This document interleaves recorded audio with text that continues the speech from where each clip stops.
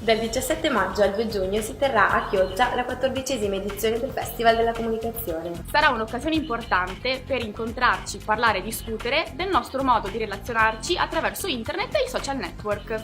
Il Festival della Comunicazione è una manifestazione che si svolge ogni anno in una località italiana diversa, con il sostegno della CEI e il supporto della Società San Paolo e delle Figlie di San Paolo.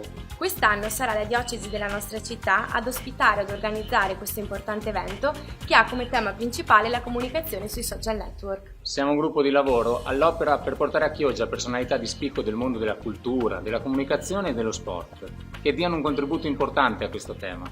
Ma soprattutto stiamo lavorando per far partecipare l'intera comunità, dalle associazioni di volontariato a quelle di categoria, dalle istituzioni pubbliche al singolo cittadino. Perché il network ci unisce ma anche ci divide, ci libera ma anche ci condiziona. Ci mette in relazione con gli altri e può renderci felici, ma allo stesso tempo può isolarci e portarci alla solitudine. Siamo tutti membra gli uni degli altri, dalle social network community alla comunità umana.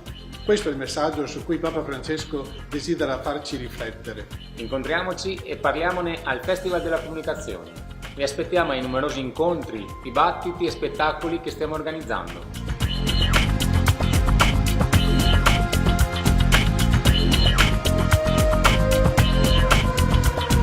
E che sia davvero un'occasione di incontro, di reciproco scambio di idee e di pace.